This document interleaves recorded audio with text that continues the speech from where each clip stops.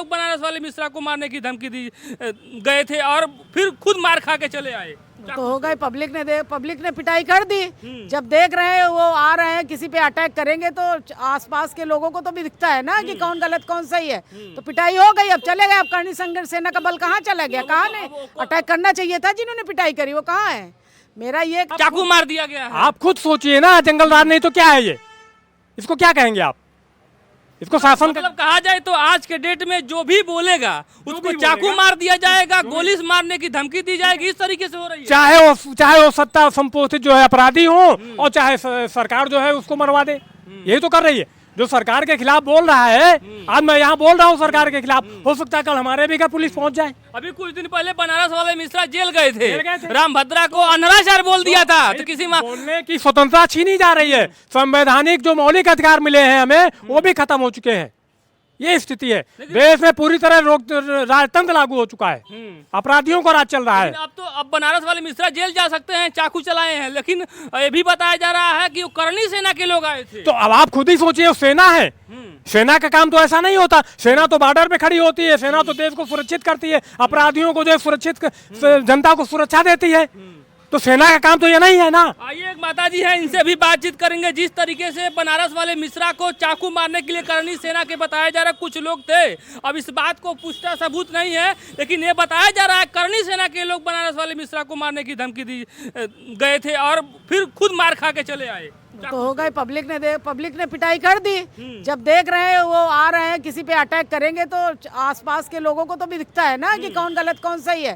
तो पिटाई हो गई, अब चले गए। अब करणी संघर्ष सेना का बल कहाँ चला गया? कहाँ नहीं अटैक करना चाहिए था, जिन्होंने पिटाई करी वो कहाँ है? मेरा ये कहना है कि हमारे महापुरुषों को अपमान किए थे, ठेस पहुंचा था। देखिए, किसी महापुरुष का कोई अपमान नहीं है। देश का एक इतिहास है, देश 2000 साल तक गुलाम रहा है। इतने ही वीर हमारे महापुरुष थे तो हमारा देश गुलाम क्यों रहा है? एक तर्क है मेरा भी आपके सामने कि हम अंग्रेजों के गुलाम क्यों रहे, मुगलों के गुलाम क्यों रहे? क्यों रहे? अगर हम इतने वीर थे तो क्यों नहीं बजाए? हमेशा देख लीजिए ना, राजतंत्र था। सुन लीजिए, होता क्या था, इतिहास जो आपने पढ़ा वही हमने भी पढ़ा। उन्होंने एक अपने स्वार्थों के लिए उन्होंने आक्रांताओं को, कोई भी बाहर से बिना बुलाए इस देश में नहीं आया है। हमारे महापुरुष जो अपने को बहुत वीर बताते हैं, अपने हितों के संरक्षण के लिए उन्होंने बुलाया। और आज मुगल फल फूल गए, दिल्ली सल्तनत फल फूल गई। क्यों बुलाया? किसने था? हमने, संघा ने बुलाया था। बिल्कुल, सबने बुलाया था। तो उसमें क्या बात है? बहुत सारे युद्धों को तो जीता भी है। अरे तो जीता तो अपना राज्य बढ़ाने के। भारत का कोई अस्तित्व नहीं था।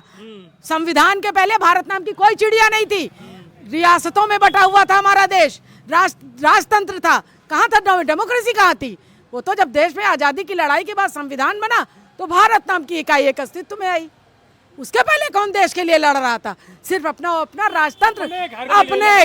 लेकिन राणा सांगा को गद्दार कहना है कितना गलत है? उन्होंने गद्दार नहीं, गद्दार उन्होंने नहीं कि आप मीडिया हैं और आप गलत तूल दे रहे हैं। उन्होंने वही बात कही जो इतिहास का एक तथ्य है। उसमें क्या, मैं भी यही कह रही हूँ कि जिन लोगों ने आक्रांताओं को बुलाया वो देश के लिए काम कहाँ कर रहे थे? वो अपनी सत्ता को बचाने के लिए कर रहे थे। तो गद्दारी तो हुए, मैं भी कह रही हूँ। जाइए करनी। लेकिन एक सांसद को इतिहास जब खुदेरा जाएगा तो बहुत सारे इतिहास निकल के आएंगे ना। बहु बेटियों को किसने क्या दिया, कैसे दिया, क्या दिया? क्यों? राजतंत्र में इतिहास है ना कि मुगलों से मैरिज अलायंस हुए। मुगलों, जोधाबाई अकबर के पास कैसे चली गई? हमारे जो राजतंत्र पोषक हमारे राजा लोग थे, उन्होंने तो अपनी बेटियों को सौंपा। बहुतेरे मैरिज अलायंस हुए हैं। कुछ हमारे सामने आए हैं अपने अपने राज्य को बचाने के लिए।